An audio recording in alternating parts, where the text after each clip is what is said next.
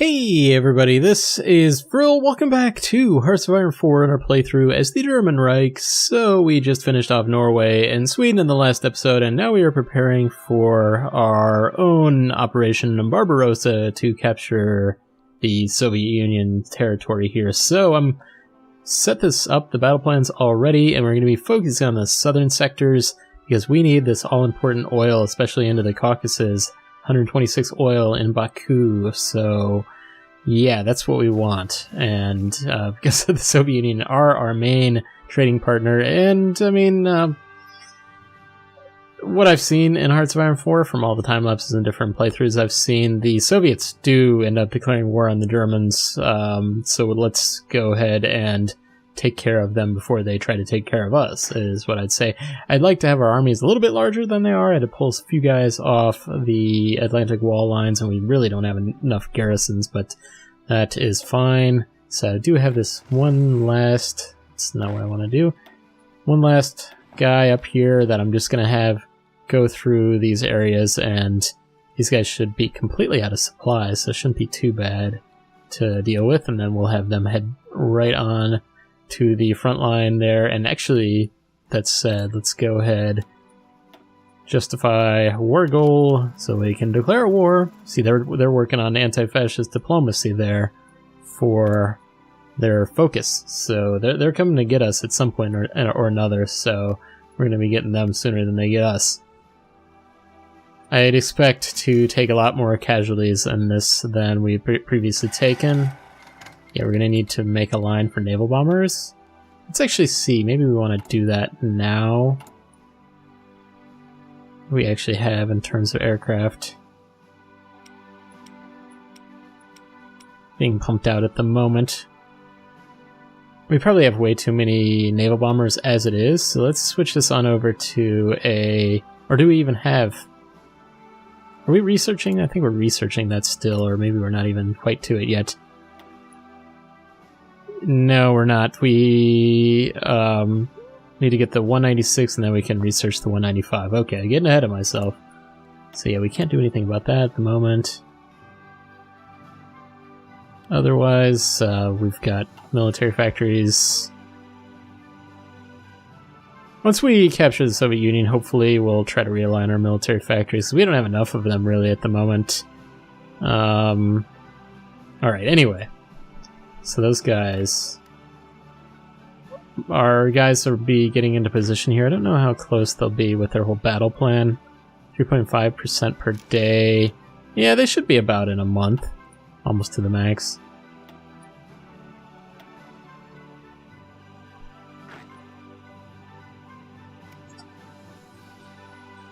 Probably use a little bit of experience sometime soon as well. We might want to do that before we ever even get going with, like, say if we research Panzer IVs, we might want to just, like, upgrade those Panzer IVs before we ever even produce them. So we're questioning Soviet sovereignty, of course we are. Alright, so there is our war justification, but these guys are not quite into position yet, so...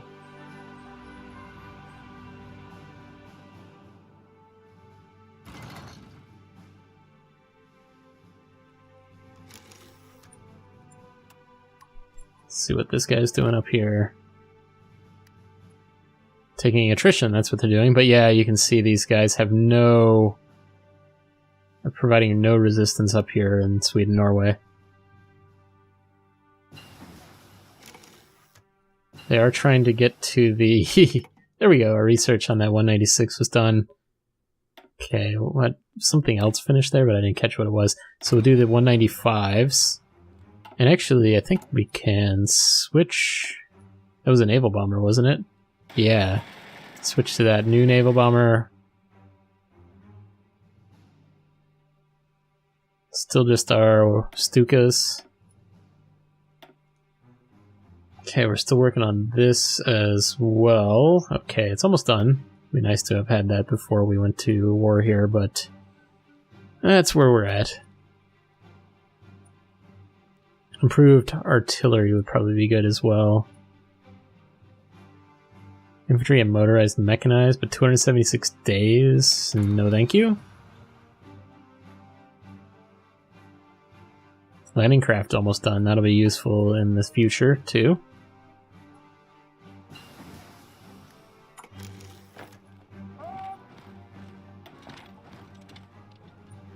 Need to capture all this. Ah, we're ready to declare a war, aren't we? We might be a day late. Anyway. So we'll have potential enemies in Mongolia, Tanatuva, of course. So we have no allies anyway, so calling allies would not be a thing to do. What else do we want to research? We might go into... start getting going on this atomic research. Let's do it. And we're ready to unleash our hordes here. So we're going to be taking a lot of casualties because we're going to have the aggression here on. Maybe we don't want that on, but we want our SS Panzer divisions done. We got Manstein, we've got Septi, Drake, Heinz Guderian. So good stuff.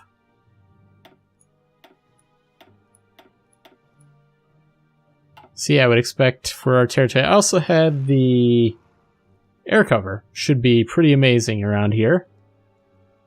So I've got tons of 1,000 fighters and 500 close air support. Even got some naval strike out here in the Black Sea. Got it in the Adriatic Sea as well, and all around these areas, just in case there's some sort of naval invasion. Might want to do it around here too at some point in time, but we'll look at that at some point. So yeah, here we go. Actually, one thing to do, I'm going to change my extensive conscription over to...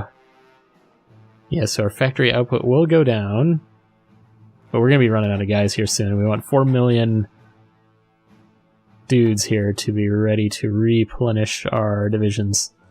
So here we go. Let me actually slow this down a moment. And yeah, there we go.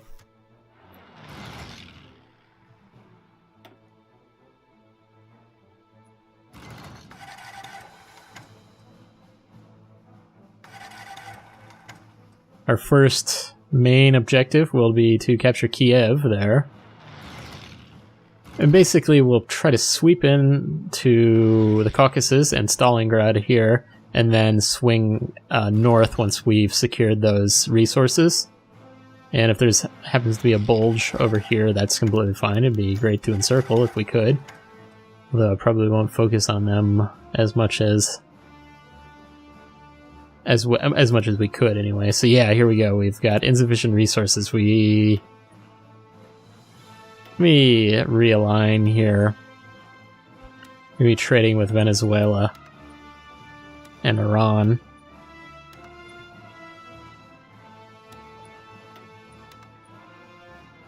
Mexico, maybe? They don't really have much to give.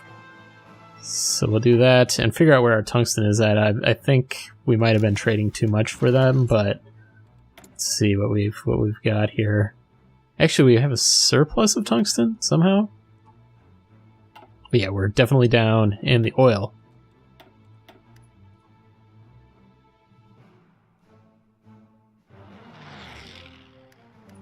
Let's see what these guys are doing up here, though. Actually, these guys need to capture. There's like one province there, I think.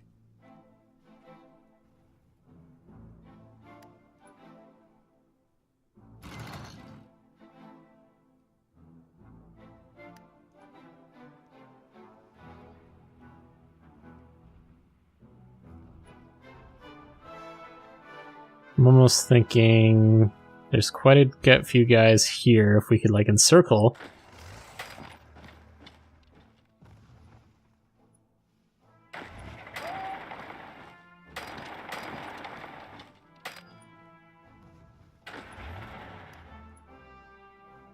That'd be a good initial start here. Yeah, look at that. All those casualties so far. Yeah. We're not going to be very happy with our German citizens here with the casualties coming from this, but hey, at least we had one encirclement there. Not as much as I would have liked, but Let's get in there.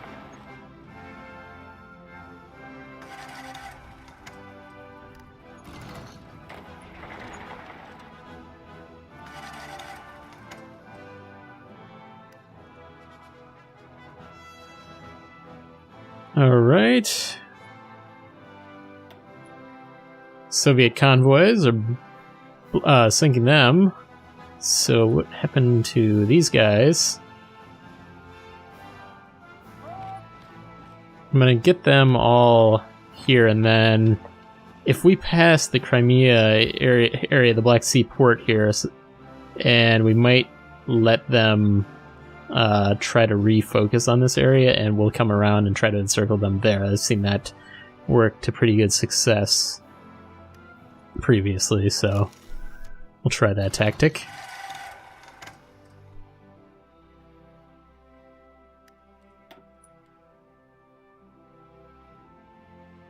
I bet we have taken more casualties in this. No, not quite, but I was thinking we've taken more casualties in this war than we've taken the entire war so far. It's a clash of armor here. Okay, yeah, we've got new forces have adding to our improved infantry equipment 2 is also done, so probably get going on the motorized, basically mechanized. What do we have? A reduced, research time reduced, okay. Let's see if that's the best thing we can do. You know, it might be not a bad idea to work on Panzer IVs. Get that going, or even just going into the Leopard here. I like the Leopard. Those fast tanks. I mean, we're going to be moving across some pretty... Yeah, let's actually, rather than going down... I kind of like the idea of these light tanks, so let me just look at this here. Hardness. What was the speed on these things? Max speed. Yeah, look at that speed. Although, at the same time, we have a ton of mobile infantry, so maybe we should just go into that. Production costs. Wow, the production cost of the Tiger. No surprise there, really. It does take less oil to produce a Panzer IV as well. So let's go ahead and do that. And actually, I'm going to majorly upgrade these Panzer IVs before I start to produce them, although that might cost more to do. So, some supply issues. Where are we at? Ah, right there. Okay. Getting a bunch of aces. How are we looking in air cover wise? Yeah, we've lost a couple hundred aircraft, it looks like. We've possibly... Yeah, I mean, we're not focusing on the northern front up here. It looks like we might just want to take these guys off from this.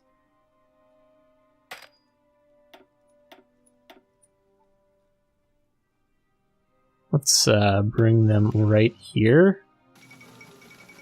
Okay, so we had the fall of Kiev. Capital of the Ukraine has been captured by advancing German armies in the Soviet Union. The capture of one of the most important cities is a serious blow to the Soviets, but the main question still remains whether the Germans can keep up the momentum. Moments after the Germans had occupied the city, thousands of mines planted by the NKVD were apparently detonated in buildings along the Kreshetik main street, causing even more damage to the already ruined city. Now the invading forces look to the east. Another victory for the Vaterland. Good stuff. So we'll commit those aircraft to the Belarus front. Completely not focusing on the northern front. There's absolutely no resources in Leningrad. Like, there's some steel. We don't need steel, though. We're about to capture a little bit of oil. How are we doing here? Like, I don't really care about our infantry divisions, how they're doing, but might want to redraw lines because they really spread these out. Yeah, it looks okay right for the moment. So continue with those guys. Yeah, let's just continue on. What do we have here? Air wings with no mission. Ah.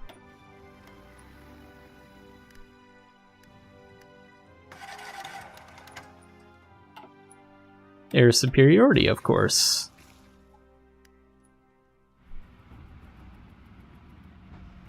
Looks like we've got possible place to encircle here once again.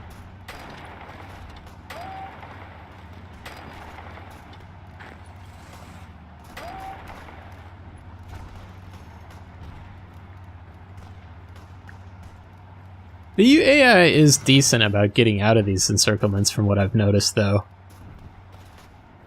Like, they'll notice that what I'm doing and that they're getting cut off supply-wise and will start retreating out of it. So... okay, we did the improved computing machine. I think we'll just go right into encryption, decryption. These are very useful.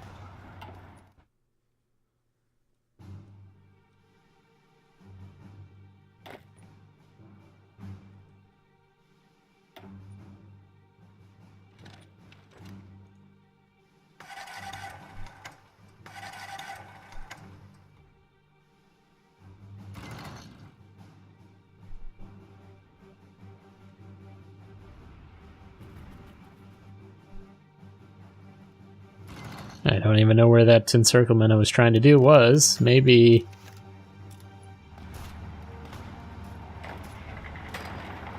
maybe right here.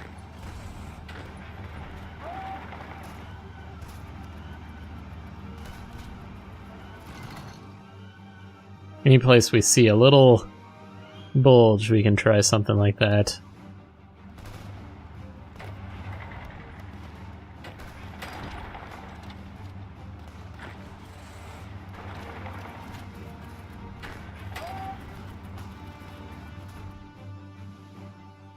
Yeah, we were making some territory here, though, in these southern regions. Like, it's exactly what we wanted.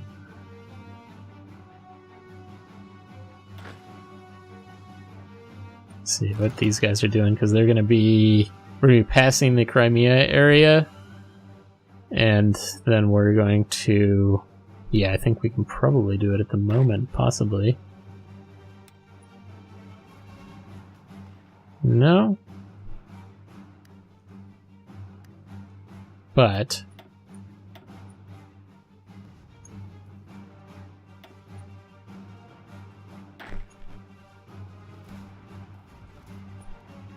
I don't want it to be drawing a front line. That's not what I want.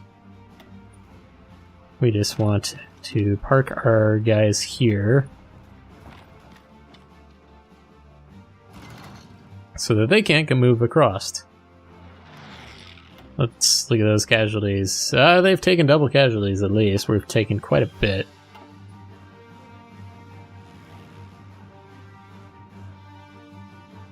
How's our aircraft? It looks like we're losing quite a few aircraft. So... let's realign these guys a little bit closer. We have enough aircraft to build another squad here. We've got... no, we do not. A bunch of naval bombers. Plus air support, we almost had a little bit more. We might want to switch that. Yeah, let's get out of naval bombers and pump out more 190s.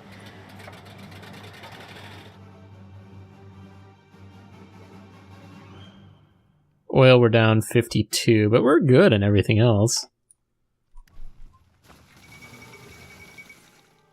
Alright, so we have a couple of events here. Italy lays claim on Greek territory, citing the Roman Empire as the forerunner to the modern Italian state. Italy has claimed that an independent Greek state has no right to exist. Instead, the Greek territories must acknowledge the Italian supremacy in the Aegean or have it seized by force. Greece has denounced the claims as ludicrous. However, Italy has the backing of the period. Okay, I'm assuming this event maybe was relying on the Germans being allied with the Italians. Okay, so the Japanese army embraces Nanshin Ran. The armed forces of Japan have long acknowledged that Japan does not possess the natural resources needed for prolonged war efforts, with rising tensions and outbreaks of armed conflict involving the world's major powers. The threat of a loss of import seems greater by the day. To counter this, the Japanese strategists have come up with a strategic plan to seize the Western colonies in Southeast Asia and the Pacific. These resource-rich regions will fuel the Japanese war machine and will allow it to continue more or less unhindered as long as the colonial powers in the United States can be kept at bay. War in Southeast Asia seems likely, so I just want to look at our... We have Southeast Asia holdings, which don't look like they're going to be lasting very long, because apparently the British are here, and we have no forces over there. But yeah, they're, Japanese are thinking to go in the Philippines and the Netherlands, I would say. The Netherlands is very rich. If we lose that rubber, that's going to be bad, and we're going to have to... Once we beat the Soviets, we'll have to go into the Raj here and try to get this stuff back for us, for the Reich, so... Alright. There we go, so Japan has declared war on the Netherlands.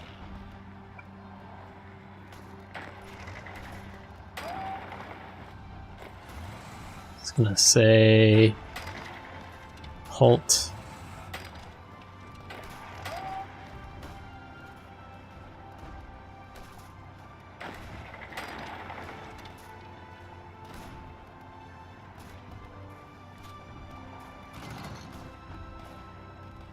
We're advancing too quick to do any sort of encirclement.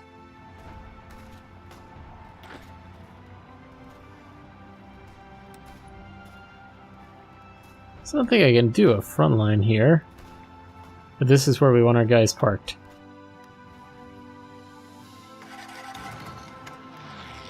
So, non-aggression pact, no thank you. I mean, we're not going to be declaring war on them anytime soon, but we're also not going to be doing...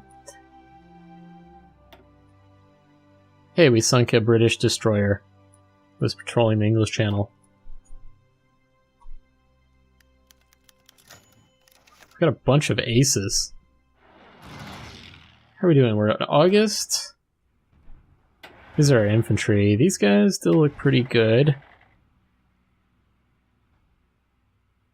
I'm just thinking if we want to halt anybody. Maybe we should halt, just like for a week. Any of our advances. Yeah, Septedric guy, Manstein. They could use a little rest from advancement, I think. So let's see what we can do.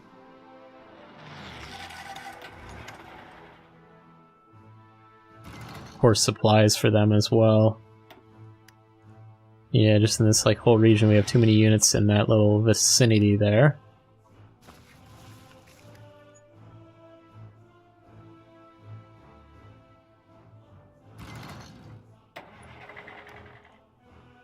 Guderian looks like he's good to go, other than the whole taking attrition part.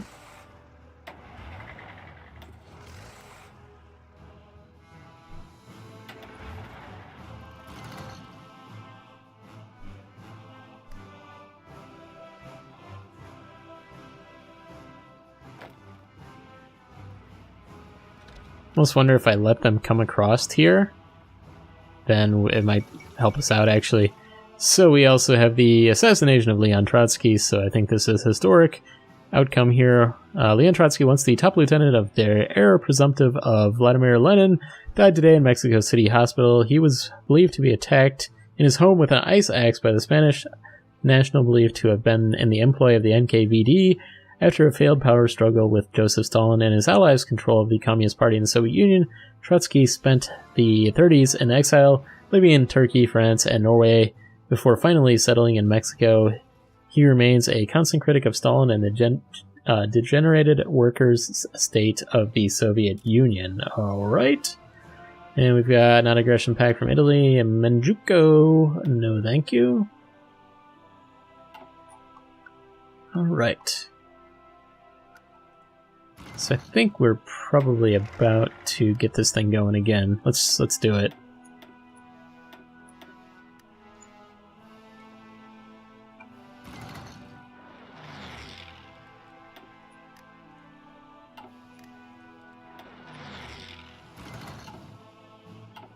Soviets have taken quite a few casualties.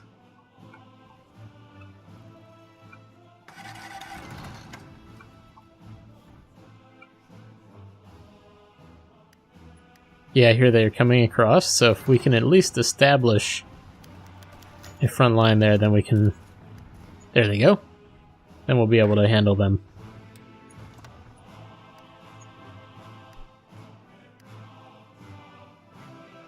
Do see we've got forces arriving. Let me change where these guys are actually coming from. They're like starting out way in brand new. Not they can't get that much closer, but at least we can have them come out slightly closer. While those garrison guys aren't the ones going to the front line here. Yeah, slightly better than Brandenburg.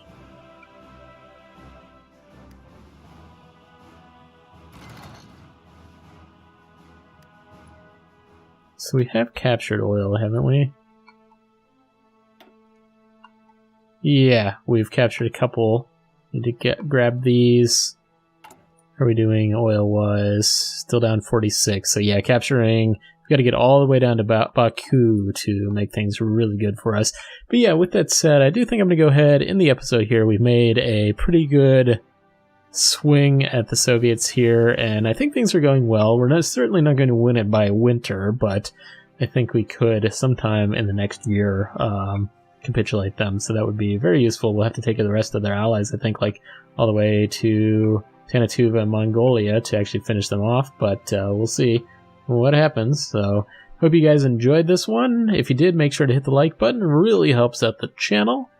Let me know what you think in the comments, and I'll see you guys next time.